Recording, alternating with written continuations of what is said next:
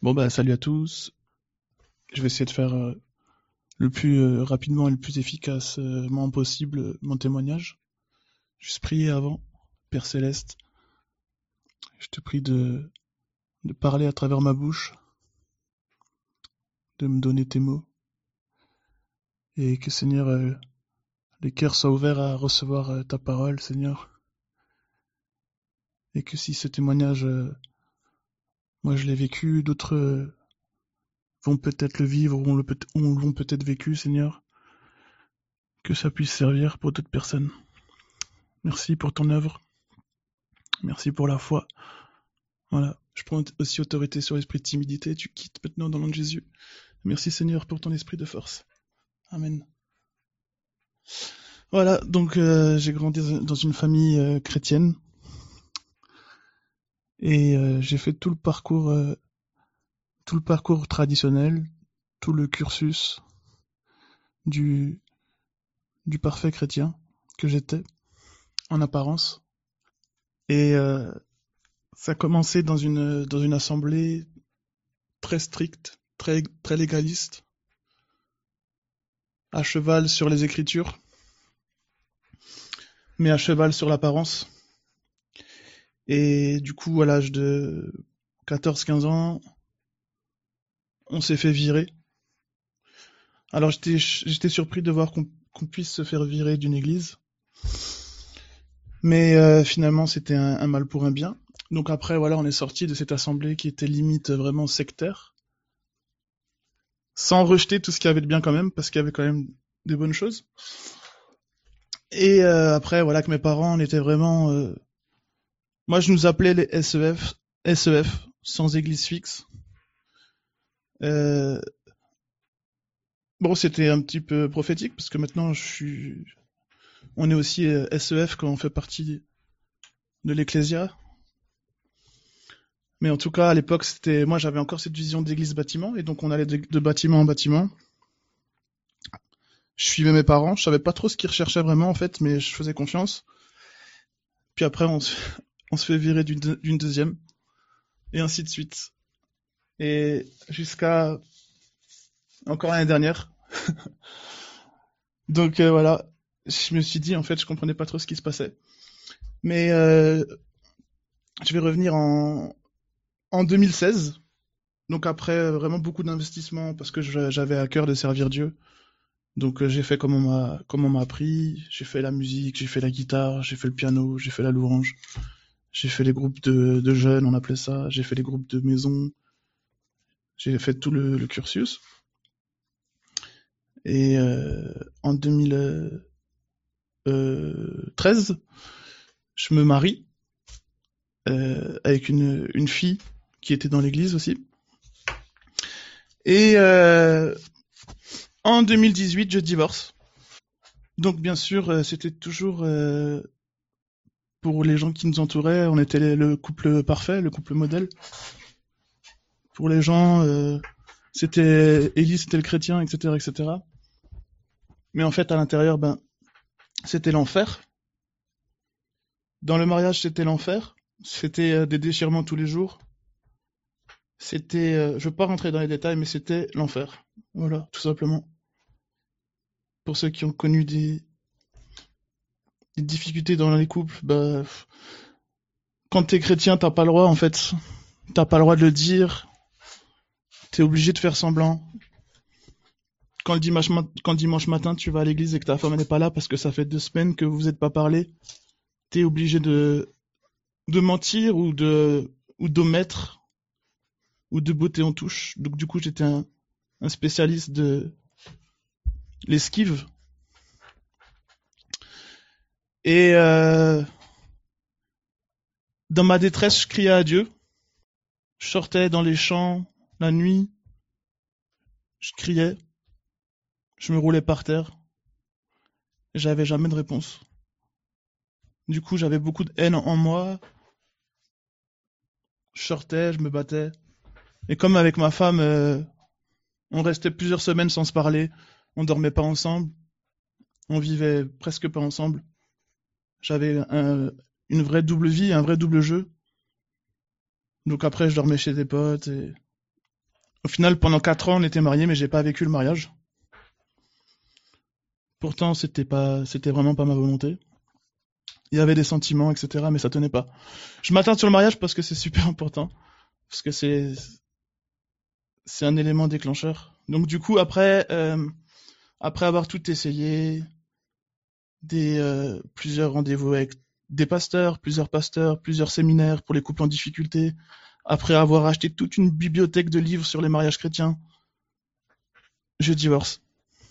Et je me dis bon bah vu que là vu que là c'est foutu pour foutu, ben autant faire un imp.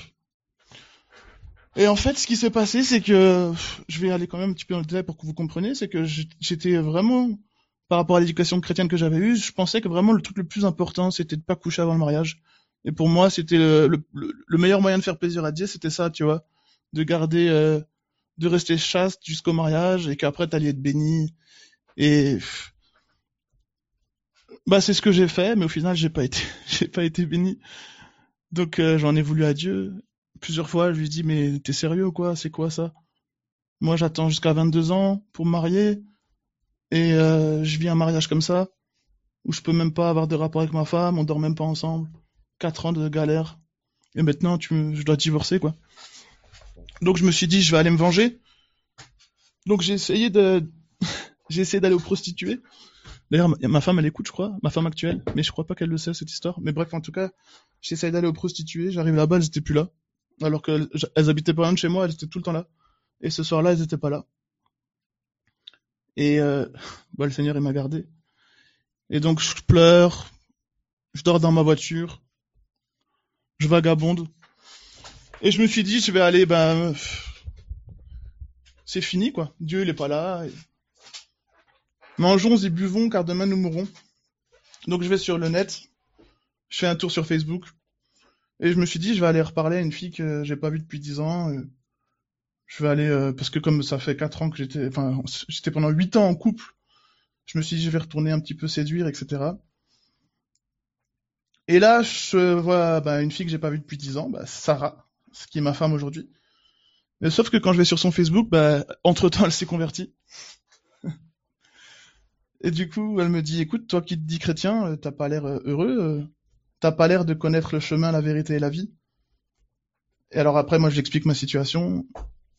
Elle me dit, bah viens à l'église dimanche matin, comme ça on va prier pour toi. Et moi, ça faisait un mois que je voulais plus entendre parler des chrétiens. Je voulais plus aller à l'église parce qu'à chaque fois que j'allais à l'église, on me parlait de ma femme, on me disait, mais où est-ce qu'elle est ta femme, etc., etc. J'en avais marre de me justifier, j'en avais marre de mentir. Et voilà, quand j'ai divorcé, bah, j'ai dit à personne, quoi.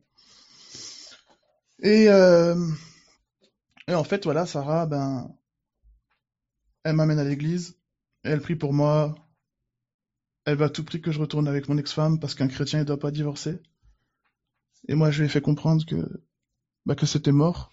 Parce que pour moi, j'avais jamais été marié avec elle, en fait. Et donc, voilà, après, ben, on tombe amoureux. On décide de se marier. Sauf que je suis pas encore divorcé. Et en fait, Sarah, qui aimait vraiment le Seigneur, elle m'a dit, mais en fait, Ellie, le problème, c'est que t'es pas chrétien. Et je comprenais pas. Je comprenais pas. Elle me dit, mais en fait, voilà, t'es même pas baptisé. Et c'est vrai que j'étais pas baptisé. En fait, pourquoi j'étais pas baptisé? J'ai 29 ans et à l'âge de 18 ans, j'avais pris la décision de me faire baptiser. Et je voulais à tout prix me faire baptiser avec mon ancienne femme. Tu vois? Je voulais à tout prix que le même jour, on se fasse baptiser. Et en fait, ça n'a jamais pu se faire. Parce que à chaque fois, on avait des dates pour un baptême. 2 semaines avant, on annulait parce que on avait passé la semaine à se déchirer. Il y avait des assiettes qui avaient volé par la fenêtre. On s'était tapé jusqu'au sang. Donc, on voulait pas être hypocrite, donc on annulait le baptême. Moi, j'étais persuadé qu'il fallait être quelqu'un de bien pour aller se faire baptiser. Je me disais toujours que j'étais pas prêt, que j'étais pas assez ça, que j'étais pas assez ci, que je connaissais pas assez ça. Et il faut dire aussi que j'avais fait une préparation au baptême, c'était sur plusieurs semaines, c'était plusieurs heures par semaine, sur plusieurs semaines, c'était très lourd. J'ai dû préparer un témoignage, j'ai dû lire mon témoignage devant plusieurs pasteurs, et ils m'ont dit que c'était pas top, j'ai dû le modifier. C'était tout un truc, j'avais l'impression de passer un examen. Bah du coup, voilà, à l'âge de 18 ans, ben Je me suis pas fait baptiser et je me suis fait baptiser 10 ans après.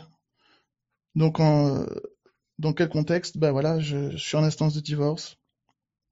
Je rencontre Sarah, on veut se marier, mais on peut pas. Il y a toute l'église qui me déteste, il y a toute ma famille qui me déteste. J'ai des rendez-vous avec des pasteurs parce qu'il y a mon ex-femme qui veut se remettre avec moi. C'est la guerre. C'est la guerre. Et du coup, avec Sarah qui a été folle parce que elle a vu, euh, elle a vu de l'espoir en moi. Moi-même, j'en voyais plus. Du coup, avec Sarah, ben, on s'est marié en cachette. Et le jour de notre mariage, donc, on a attendu que je sois divorcé. Donc, j'ai divorcé le 12 janvier 2018. Et je me suis marié avec Sarah le 19 mai 2018. Donc, on s'est marié en cachette à la mairie. Et il y avait aucun chrétien le jour de notre mariage. Il y avait aucun membre de ma famille. Parce qu'en fait, on voulait se marier un mois avant, mais ils nous ont fait annuler le mariage parce que j'avais invité quelques personnes. Je voulais que certaines personnes soient témoins, etc. Et ils nous ont fait annuler le mariage parce qu'ils m'ont dit que je devais pas divorcer. Ils voulaient encore que je me remette avec mon ex-femme. Ils ont mis beaucoup de pression à Sarah. Plusieurs fois, on a annulé, on s'est séparés, on est revenu. Mais au final, on avait quand même la conviction qu'on devait rester ensemble. Parce que pour moi, je n'étais pas marié, j'étais pas lié. Et puis, de toute manière, j'étais pas encore en Christ, en fait. Parce que, en fait, aussi, je suis allé voir les pasteurs pour me faire baptiser, mais forcément, quand t'es en instance de divorce dans une assemblée et que ton ex-femme est dans l'assemblée, ils peuvent pas te baptiser. Ils n'ont pas le droit. Donc, du coup, je me marie, je suis toujours pas baptisé. Et ma femme, elle aime le Seigneur. Tous les jours, elle aide, elle lit sa Bible, elle médite, elle prie, elle me parle de Dieu. Je comprends rien. Je veux lire la Bible, je comprends rien. Je veux faire des efforts parce que je sais que je vois en elle la paix, etc. Je vois que c'est la solution. J'ai vu comment Dieu a changé sa vie. Parce que quand je la connaissais il y a 10 ans en arrière, c'était carrément une autre personne.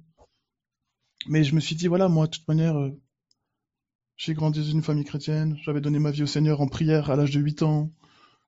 Et puis, au final, je l'ai jamais vu, quoi. J'ai jamais vu. Donc, je pensais que c'était comme ça et que ça allait être comme ça jusqu'à la fin. Et en fait, euh, Sarah, pendant un an, elle est mariée avec un païen, en fait. Et du coup, moi, comme j'avais mon cœur en enfer, j'avais encore toutes les blessures en plus du passé, etc. Je sombre dans la pornographie, en cachette au début. Et, et Sarah commence à le vivre très très mal. Sans le savoir, elle le savait, et carrément, elle pouvait même plus me toucher. Dès qu'elle me touchait, elle se prenait un coup de jus, ou elle avait des noms de démons qui se répétaient dans la tête. Et ça a commencé à mettre des gros problèmes dans notre couple. Et donc au bout d'un an de mariage, je pars pour mon deuxième divorce. Sarah, elle me dit, c'est soit moi, soit la pornographie. Et ben moi, je choisis la pornographie. Parce que je lui explique que ça fait 15 ans que je suis accro, que c'est plus fort que moi, et que de toute manière, j'ai tout fait. J'ai lu tous les bouquins possibles, j'ai vu toutes les personnes possibles, j'ai été suivi par des chrétiens, etc., etc. J'ai tout fait, mais ça marche pas. J'arrive pas à arrêter. Donc, comme j'arrive pas à arrêter, je me suis dit, bah, en fait, enfin, j'ai dit ça à Sarah, j'ai dit, bah, je fais pas le choix. On divorce. Donc, on partait pour un divorce. De toute manière, avec toute la pression qu'il y avait au niveau de la famille, de l'église et tout ça, ça aurait été plus simple. Et en fait, le soir même, après avoir dit qu'on partait sur un divorce, le lendemain, on allait faire les papiers. Bah, je craque. Je crie au Seigneur, encore une fois. Et puis là, voilà. Je crois que c'est vraiment le moment où j'ai raté ma vie, pour de vrai. C'est là où j'ai vraiment raté ma vie. Et en fait, c'est ça qui est beau, c'est que c'est là où c'est là où tu peux vraiment embrasser la nouvelle vie. Et c'est là où t'es prêt. En fait, c'était en septembre 2019, ce soir-là. Il faut savoir aussi que j'avais enfin pris mon baptême en avril 2019. J'étais allé faire une mission humanitaire avec ma femme et ma famille au Sénégal. Et ah oui, ça j'ai oublié de le dire. Et en fait, pendant cette semaine au Sénégal, on m'a demandé de prier pour quelqu'un qui était malade, qui était handicapé de la main droite. C'était un enfant de 9 ans. Et moi, je voulais pas prier parce que j'avais honte, parce que je me sentais sale et parce que je me sentais pas légitime de prier pour quelqu'un qui est malade. Et en plus, j'avais jamais fait ça. Et on me demande à tout prix de prier pour cet enfant qui était handicapé. Et moi, dans ma tête, je me suis dit, mais je vais lui faire une fausse joie, etc., etc. Bref, je prends sa main, j'impose les mains, je prie pour lui, il se passe rien. Et mon petit frère, il me dit, reprie encore avec lui, il a envie que tu pries pour lui. Et c'est vrai que le petit était plein de foi. Donc je prie pour lui, toujours pas baptisé, hein, etc., etc. Je prie pour lui, mais là, c'est le miracle. L'enfant est guéri. C'était dans la brousse au Sénégal. Donc imaginez la scène. Il y a tout le village qui vient. Sa main elle bouge. Il chope des cacahuètes, il chope des branches. Il le soulève. Il y a tout le village qui crie Jésus, Jésus, Jésus. Des musulmans, des animistes, des athées, des chrétiens, tout le monde ensemble qui crie Jésus. Enfin bref, une scène de film. Et ça m'a tellement choqué en fait que le Seigneur m'utilise que le soir même je me fais baptiser. Donc ils me mettent dans l'océan, ils me plongent, ma femme, ma sœur et mon père, et ils me baptisent. Voilà, donc baptême d'eau. Mais donc ça c'est en avril 2019. Mais bien sûr après je suis pas délivré, je continue mais voilà les bêtises etc. Je suis toujours pas converti. Et en septembre 2019, donc on arrive au soir où je craque. Donc on allait vraiment se séparer avec Sarah. Et je m'endors. Et là, bon, j'espère que je vais pas vous choquer, mais après bon, à un moment donné, faut savoir dans quel monde on vit. Je m'endors et je me fais réveiller par des esprits impurs. Donc mon corps il dort, mais mon esprit est réveillé. Ou mon âme, mon esprit, je sais pas. En tout cas, mon corps il dort, mais je suis réveillé. Et là, il y a 4 êtres qui me tiennent. Donc des démons, hein. Il y en a 2 qui me tiennent les jambes. Il y en a un qui m'empêche de parler, de crier, qui me tient la bouche, parce que je hurlais, mais j'arrivais pas à hurler. Et il y en a un 4e qui s'occupe de mon entrejambe. Donc c'est un véritable viol de ton corps spirituel, quoi. Et il y avait un 5e être au-dessus qui planait en fait au-dessus de ma chambre. Et je pouvais vraiment tout voir, tout sentir, tout entendre. C'était vraiment terrible en fait. C'était atroce. Et celle au-dessus, elle parlait en langue démoniaque, mais je pouvais pas, je comprenais pas sa langue, mais j'avais l'interprétation en fait. Et ce qu'elle leur disait, c'était en gros, bah, faites-en ce que vous voulez, de toute manière, il est à nous. Et ça dure plusieurs dizaines de secondes. Et c'est très très long et c'est horrible. Et je vais me débattre parce que voilà, je suis un grand gaillard. Donc j'utilise ma force pour me débattre, mais c'est pas possible. Ils sont beaucoup plus forts. Et après, bah, j'ai enfin le réflexe de crier Jésus-Christ. Et au moment où je crie Jésus-Christ, ils disparaissent. Comme la fumée qui part comme ça en fait. Et là, je me réveille. Oh, je me réveille dans mon corps. Je suis traumatisé, je tremble. Enfin, un état, tu peux même pas t'imaginer. Je réveille ma femme. Je lui explique ce que j'ai vu. Elle me dit, bah c'est le porno, hein. Forcément. Et voilà, le Seigneur a mis la lumière sur ça. Donc j'ai pu en prier avec j'ai pu prier pour ça avec ma femme. Et là, on a commencé. Enfin, j'ai commencé à plier le genou, à m'humilier, à demander de l'aide. Mais vous savez quoi? Bah 3 jours après, j'ai quand même encore regardé des vidéos porno. Parce que c'est vraiment plus fort que toi. Mais c'est pas plus fort que le Saint-Esprit. Alléluia. Et du coup, 3 jours après, je recommence. Et je dis pas à ma femme parce que j'ai peur que, bah voilà, la honte, etc. Je sais pas, j'avais peur qu'elle me dise, mais après ce que t'as vécu, tu te fais violer, tu continues, etc. Mais quand je vous dis c'est plus fort que vous, que c'est plus fort que moi, c'était vraiment plus fort que moi. C'était un niveau. Quand tu mets ton cœur dans ces choses-là, ils te laissent rien, ils sont sans pitié. Et bah du coup, le soir même là où j'ai rechuté, donc là je suis de nouveau réveillé en esprit.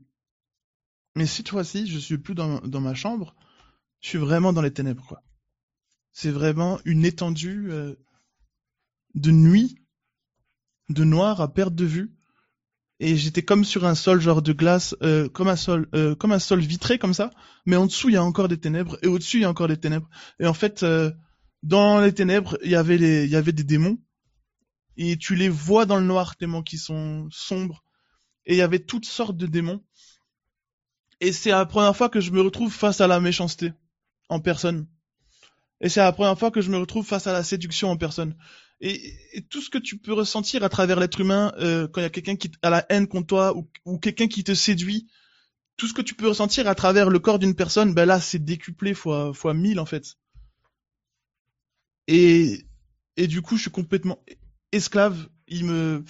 En fait, ils sont tout autour de moi et ils parlent sur moi. C'est comme nous quand on bénit des gens, qu'on prie, qu'on intercède, et ben eux ils font la même chose, mais sauf c'est en mode démon quoi.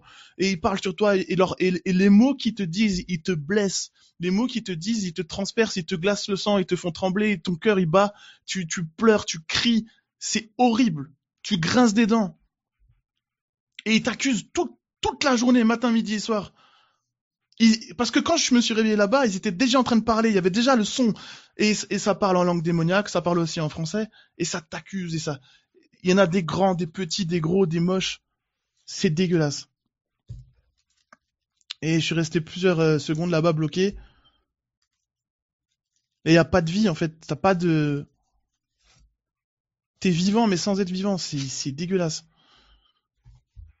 Et du coup, bah je crie encore une fois Jésus-Christ. Mais c'est abusé, t'as même pas le temps de finir de le dire qu'il apparaît. En fait, au moment où je finis, je crie Jésus-Christ, au moment où je finis, il y a un bras. Alors j'ai vu juste son bras, mais c'est déjà magnifique. C'était son bras droit. Il y a un bras de lumière qui est apparu. Alors juste pour info, j'ai jamais pris de drogue. Je bois très peu et j'avais jamais fait de trucs mystiques ou quoi que ce soit, tu vois. Je suis vraiment arrivé dans cette scène là euh, par la grâce de Dieu. Et je crie Jésus-Christ, le bras lumineux il apparaît. Il est tellement lumineux que, en fait, je voyais plus que ça. Et je savais que ce bras, il me voulait du bien par rapport à tous les autres qui étaient là, et j'ai directement attrapé. Et je me rappelle, il m'a serré très fort la main, tu vois. Il m'a serré très fort la main, et j'ai serré très fort sa main. J'oublierai jamais cette scène. Et ce bras-là, de lumière, il m'a tiré. Et il était tellement lumineux que les ténèbres, ils sont partis dans la seconde. Alors t'as jamais vu ça, hein. Il était tellement lumineux, ils sont partis, et il m'a tiré. Et c'est comme tu traverses plusieurs couches d'atmosphère comme ça, et je me retrouve au ciel. Et là, je me retrouve au ciel. Voilà. Donc je suis en haut, la luminosité parfaite, la température parfaite, et d'un coup, je suis tout léger, je flotte, littéralement, hein. Et il y a quelqu'un qui me transporte comme ça. Et il y a des êtres célestes, donc voilà, il y en a qui volent, il y a des chants, t'as... Il arrive, en fait, il y avait quelqu'un, je voyais pas, il me transportait, mais je le voyais pas. Et je lui parlais, je l'entendais pas parler, mais je savais ce qu'il me répondait. C'était trop spécial. Et en gros, là, il me fait des cadeaux. Il me fait des cadeaux. Alors, faut savoir que moi, je connaissais pas, enfin, je connaissais les écritures, les versets, mais je retenais rien et j'avais jamais rien compris. Et, et la scène que je vis, c'est, pour ceux qui connaissent, c'est Éphésiens 4:9. Éphésiens chapitre 4, verset 9. Mais ça, je l'ai relu que après, je l'ai découvert que par la suite, quelques semaines après, et j'étais choqué. C'est en gros, il est monté, et, il est descendu, et il est monté, et il allait prêcher en bas aux esprits en prison, et il est monté, et il a fait des dons aux hommes. Et en fait, c'est vraiment ce qui s'est passé. J'étais là-haut et je recevais des cadeaux. C'était comme tu reçois une tenue, tu vois, quand t'es enfant, tu reçois un équipement de super-héros et t'es tout content, t'as des armes et tout, t'as un bouclier et tout. Et c'était exactement la même chose. Et j'arrivais vraiment à gérer ces trucs que j'avais reçus. C'est comme si c'était à ma taille, tu vois. et tu pouvais faire plein de choses. C'était une sensation que j'avais unique, que j'avais jamais connue par avant. J'étais le plus heureux du monde. Et à tel point que je lui dis, ma place est ici, je suis fait pour être ici, je reste ici. Et alors comme je vous ai dit, il n'entendait pas sa voix, mais il me dit que je dois redescendre.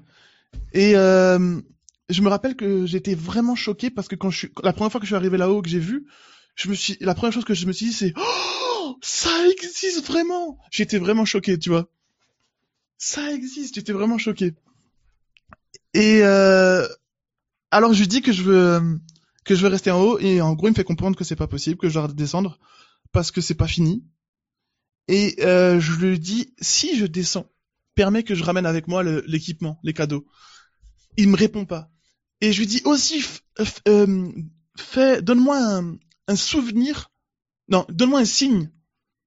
Je lui ai demandé un signe pour que quand je suis en bas, je m'en souvienne et que j'ai pas oublié cette scène, tu vois, parce que je voulais surtout pas que quand je me réveille, je crois que c'était un rêve ou que j'oublie ce qui s'est passé, parce que en fait, c'était tellement réel, c'est plus réel que quand je vous parle maintenant, que je voulais pas que je minimise ce que j'ai vécu, tu vois, quand je reviens dans ma chambre, dans mon corps. Et là, il me répond pas. Et au même moment, il y a un nuage qui apparaît. Alors c'était vraiment un nuage qui se déplaçait à toute vitesse qui apparaît là, et tout le monde là au ciel l'a regardé ce nuage. Et en fait, les gens qui étaient en haut, ils célébraient, et c'est comme s'ils étaient dans l'attente de ce nuage. Et quand le nuage il est arrivé, il y a eu un gros son, mais genre, on peut dire une trompette, mais c'est pas une trompette l'instrument de musique, c'est une basse. Mais genre, pour ceux qui connaissent la musique électro, genre la dubstep, les infrabasses là, c'était abusé, une basse. Et le son, il était tellement pur. Genre, en fait, le son du nuage, c'est comme si tu prends un diamant qui brille, et c'est comme si la lueur du diamant, elle faisait un son. En gros, c'était un son étincelant. Et le son, tu pouvais le voir. C'est-à-dire que en esprit, tu peux voir les sons. Je sais pas si tu te rends compte du délire. Et ce son-là, c'était ce nuage. Et en fait, au moment où moi je l'ai regardé, mes regards ils se sont plongés dedans. Et j'étais littéralement transporté dedans. Plongé dedans. Je suis arrivé dans le nuage. Et ça allait très très vite. C'est comme quand tu prends dans les films de science là quand ils zooment sur quelque chose et que d'un coup tu vois toutes les molécules, je sais pas, moi je m'y connais pas, mais tous les atomes, tous les trucs, et je me suis retrouvé en plein milieu du nuage et je voyais tout. C'est comme si j'avais une vue d'aigle. Je voyais tout l'intérieur du nuage. Il y avait des atomes, des molécules. C'était une merveille. Et je me suis fait absorber par le nuage et je suis revenu dans mon corps. Voilà, je reviens dans mon corps. Et en fait, quand j'arrive dans mon corps, j'ai les yeux fermés et j'ai mon œil gauche, et ça c'était le signe qu'il m'avait laissé, mon œil gauche qui scintillait. Il y avait une lumière dedans, j'étais ébloui, je ne pouvais plus voir avec mon œil gauche. Et j'ouvre les yeux dans ma chambre et ça continue de briller. Ça continue de briller plusieurs secondes dans ma chambre. Et là, je rentre dans une extase. Mais j'avais jamais connu ça de ma vie. C'est la première fois de ma vie où j'ai adulé le Seigneur. Parce que enfin j'ai découvert, j'avais une rencontre, tu vois, avec le ciel. J'ai attendu ça toute ma vie. J'allais crier dans les champs pour ça. Je croyais qu'il allait jamais me répondre. Et là, j'arrive dans mon corps et je reste pendant des dizaines et dizaines de minutes, enfin presque même une heure, mais genre bouche bée, genre oh, t'es le ciel il est en toi en fait encore, tu vois, quand tu reviens. Et j'ai mis voilà quelques temps à reprendre mes esprits comme on dit. Et là je réveille ma femme, je lui explique tout ça et elle se réjouit avec moi et c'était magnifique. Et depuis ce moment-là, eh ben j'ai plus jamais regardé un film porno et j'étais totalement délivré en fait. Et voilà, après quelques temps après, ben j'avais dans les jours qui ont suivi, j'avais encore beaucoup de visions du ciel. J'ai vu des anges qui chantaient. Il y avait des anges qui chantaient avec une assemblée en bas. Et l'assemblée ne savait pas en fait que les anges ils chantaient la même musique qu'eux. Et c'était magnifique. Ensuite, j'ai vu en fait, on m'a mis dans une scène où il y avait des gens qui étaient malades et j'apposais les mains, ils étaient guéris. Après, j'apposais les mains à des gens, il y avait des démons qui sortaient. Et il y a tout plein. il y avait vraiment, il m'a fait voir tout plein de choses en songe, etc., etc. Et c'était comme si pendant plusieurs semaines, j'étais complètement déconnecté de la réalité, de la Terre, en fait. Et c'était trop bien. Après, j'ai contacté des frères de Strasbourg. Ils ont prié pour moi parce que voilà, j'ai eu vraiment un réveil spirituel et j'ai ouvert les yeux sur le monde spirituel. J'ai vu qu'il y avait des démons. J'étais choqué en fait de voir qu'il y avait des démons. J'ai été choqué de voir qu'il y a autant de gens qui sont possédés, qui sont sous influence, qui sont tourmentés. Ça a commencé par moi-même. Quand Samy et Théo ils ont prié pour moi, j'ai vomi un wagon de démons, un wagon, un train. Et une fois que j'ai été délivré, j'ai pu moi-même prier pour des gens qui ont été délivrés. Et en fait, voilà, dans les jours qui ont suivi, j'ai pu prier avec ma femme. Elle avait aussi des persécutions, donc j'ai pu prier pour elle. Et après, à force de prier pour elle, j'avais tellement plus d'inspiration que j'ai commencé à prier en langue. Ça, pour ceux qui parlent pas en langue, j'avais jamais parlé en langue parce qu'on m'a toujours dit que c'était soit démoniaque, soit du charabia, ou soit que au mieux c'était inutile et au pire c'était démoniaque, tu vois. Donc moi, jamais parlé en langue. Même le Saint-Esprit, ça me faisait peur. Et en fait, là, quand je priais pour ma femme, j'avais tellement prié longtemps que je savais plus quoi dire. Et dans ma tête, grâce soit rendue à Dieu, ça parlait en langue, ça parlait tout seul, sans effort. Mon esprit parlait en langue. Après, j'étais tout seul dans ma chambre. À 3 heures du matin, ma femme, elle dormait. J'osais même pas proclamer, tu comprends? J'osais même pas ouvrir ma bouche parce que Satan, il veut pas qu'on parle. S'il peut te laisser muet, il te laisse muet. J'osais même pas ouvrir ma bouche alors que j'étais tout seul dans le noir dans ma chambre, tu comprends? Ils veulent pas qu'on parle en langue. Et j'ai prié pour pouvoir prier en langue, tu comprends? J'ai prié pour avoir la force de dire ce que j'entendais dans ma tête. J'ai dit, Seigneur, je te fais confiance. Tu vas pas me trahir. Tu vas pas me faire dire des bêtises. Tu vas pas, après ce que j'ai vécu, tu vas pas me faire dire des blasphèmes ou des choses de démons, tu vois? Parce que moi, la première fois que j'ai entendu parler en langue, en fait, c'était des démons. Donc, du coup, j'ai commencé à parler en langue. Et là, j'ai pu prier toute la nuit. Je crois que j'ai même pas dormi ce soir-là. J'ai prié toute la nuit. Et en plus, un lendemain, ma femme, elle m'a dit qu'elle a bien dormi, qu'elle était en paix, etc. J'ai vu que ça portait des fruits. Et là, j'ai commencé à avoir une vie de prière. Et alors, ce qui s'est passé, c'est que, après, si c'est trop long, vous me dites que je peux m'arrêter, y a pas de souci. Et après, ce qui s'est passé, c'est que, bah, j'ai commencé à ouvrir ma Bible. Et c'est la première fois de ma vie que ça me parlait. En fait, c'est la première fois, j'ai découvert la parole. À l'âge de 28 ans.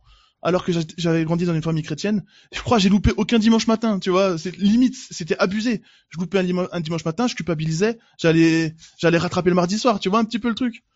Et je comprenais pas la Bible. Donc ça me saoulait, je l'ouvrais, je la fermais. Au mieux, je m'endormais, au pire, ça m'énervait, je la fermais, j'allais faire autre chose, tu vois. La prière, je t'en parle même pas. C'était avant de manger, et c'était quand c'était vraiment la galère, tu vois. Mais c'est pas ça.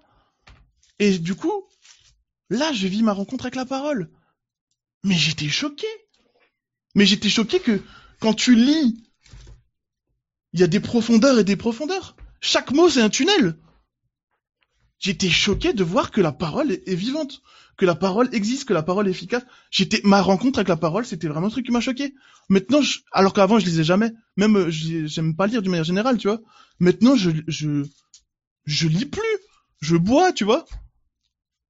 Et après, je suis tombé sur ce passage. 2 Corinthiens 3,14 pour ceux qui veulent suivre. Après, vous me dites si c'est trop long. 2 Corinthiens 3,14, mais ils sont devenus durs d'entendement, car jusqu'à ce jour, le même voile demeure, quand ils font la lecture de l'Ancien Testament. Et ils ne se lèvent pas, parce que c'est en Christ qu'il disparaît. Alors je me dis, mais attends, mais c'est quoi ce délire? Mais il parle de qui là? Après, jusqu'à ce jour, quand on lit Moïse, un voile est jeté sur leur cœur, mais lorsque les cœurs se convertissent au Seigneur, le voile est ôté. Alors là, je me dis, mais attends, mais moi, ok, mais j'étais pas converti en fait.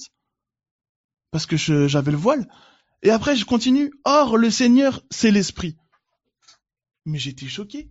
Moi, le Saint-Esprit, c'était limite une insulte avant. C'était limite quelqu'un, tu vois, qu'on connaît de loin, ou que, voilà, on disait, oui, les gens qui parlent du Saint-Esprit, ils sont bizarres et tout ça, tu vois. Mais je me suis dit, mais en fait, le Saint-Esprit, c'est le Seigneur. Mais j'ai été choqué. Et là où est l'Esprit du Seigneur, là est la liberté. Mais moi, je veux la liberté. Moi, je veux que le Saint-Esprit soit mon Seigneur. Et là, j'ai compris, tu vois. Et petit à petit, le voile, il sautait. Et continue encore de sauter. De partir, tu vois. au fur et à mesure des révélations. Mais j'ai découvert ce que c'est vraiment la parole, tu vois. Et la Bible n'est pas sainte, tu vois. En fait, les Écritures ne sont pas saintes. C'est l'Esprit qui est saint et j'avais comme une idolâtrie de la Bible, mais voilà, tu vois, c'était genre, elle était toujours sur ma table de chevet, elle me protège. Mais non, non, rien du tout. J'étais possédé. Je suis désolé, hein. Et du coup, voilà, après, voilà, c'est ça pour moi maintenant la conversion. La conversion, c'est quand, voilà, le cœur se convertit au Seigneur. Et le Seigneur, c'est l'Esprit. Ça, c'est vraiment un truc qu'il faut comprendre. C'est pour ça maintenant quand il y a des gens qui ont soif ou des gens qui croient et qui veulent se faire baptiser, moi je les baptise, tu vois. Donc quelques temps après, hop, on a baptisé des gens, j'ai baptisé des amis, etc. Il y a eu une cinquantaine de baptêmes qui sont enchaînés en 6 mois de janvier à juillet, août de 2020. C'était vraiment le feu, des délivrances, des démons, des petits, des grands, des moyens. C'était trop bien. Et bon, maintenant il y a des difficultés, tu vois. Maintenant on passe un peu par un désert, mais on est éprouvé, voilà. Mais en tout cas, faut pas avoir peur du Seigneur en fait. On se trompe des fois. Voilà, trop souvent dans ma vie j'ai confondu Dieu et Satan parce que voilà, j'étais pas converti. Et... Voilà, maintenant le Seigneur, il me conduit. Il a restauré mon mariage avec Sarah. Franchement, on l'avait placé sur l'autel hein, plusieurs fois, mais il nous a fait grâce. Franchement, mon mariage c'est Isaac. Hein. On l'a placé sur l'autel, mais le Seigneur a fait grâce et il m'a fait la grâce de naître de nouveau. Maintenant, ma femme, elle vit pas avec un mort, mais elle vit avec un vivant. Et on avance ensemble, on lit ensemble, on prie ensemble, on a soif ensemble, on grandit ensemble. C'est en même temps ma femme et en même temps ma sœur. Et c'est magnifique, quoi. Voilà. Donc moi, je vous souhaite vraiment la même chose, que vous soyez remplis du Saint-Esprit, qui se révèle toujours plus à vous. Et n'ayez pas peur, en fait. N'ayez pas peur. On s'approche de lui, il s'approche de nous, et puis après, c'est lui qui nous utilise. Voilà, tout simplement. Gloire soit rendue à Dieu. Merci pour votre attention.